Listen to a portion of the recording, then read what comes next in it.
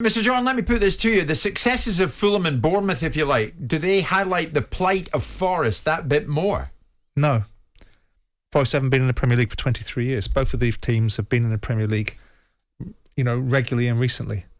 So it's not fair to compare. No, but they all them. get promoted in the same season. But they are steeped in Premier culture, Premier experiences, a raft of Premier League players, and an understanding of the backdrop. Nottingham Forest haven't been near the Premier League in a quarter of a century.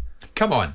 Are you telling me when you went up with Crystal Palace to the Premier League, you didn't compare yourself to the other two clubs? No. That also went up? They went up. Yes, you did. Why ask me a question and give me an answer? I didn't. Well, go on. I didn't have the slightest concern what Norwich and West Bromwich Albion were doing that season when they went up with us. It was none of my business. And the only thing that I compared them to was when they tried to buy the same players in Dean Ashton. And so with that in mind, no, I didn't look around me and say, well, they're doing well and they're not. I looked around at the reality of what I was trying to achieve with my club, and I think it's an unfair comparison in this instance, because West Bromwich Albion and Norwich, I think it was those teams that went up with us, were both teams that had not been in the Premier League for significant periods of time.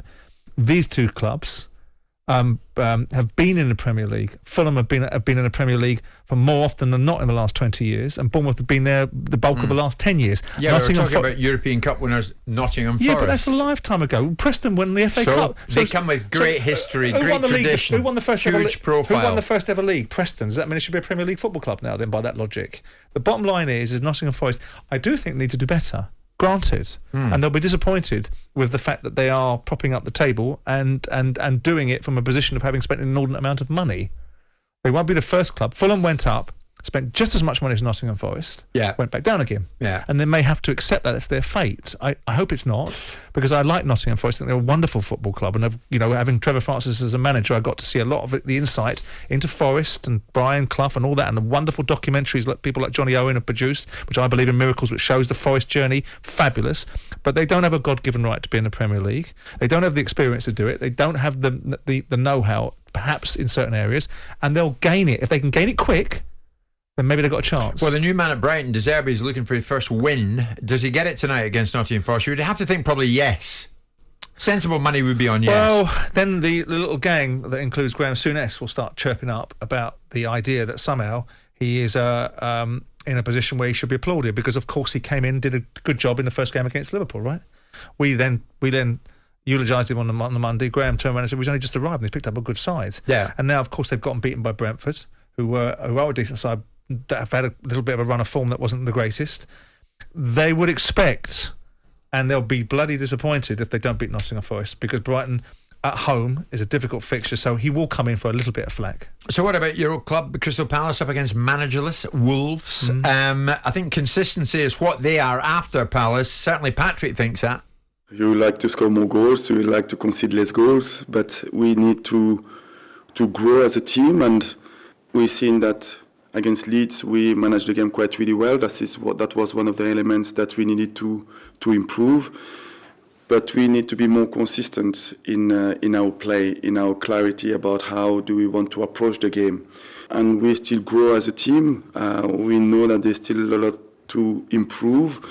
But so far we are in a good place, of course, even if we want more, and I want more from the players.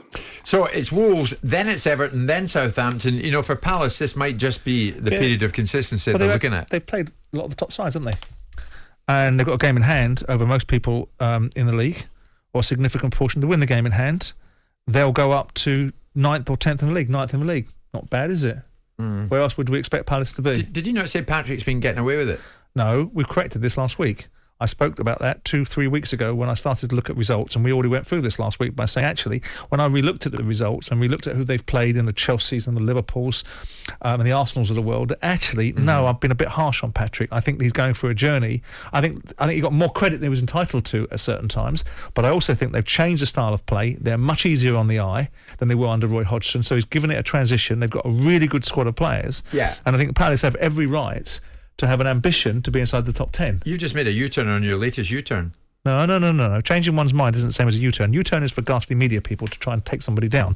Changing someone's mind is what educated people do if they've got better information. I see. Jim White and Simon Jordan. Monday to Friday mornings from 10 on AM, on DAB, via the talkSPORT app and on your smart speaker. talkSPORT.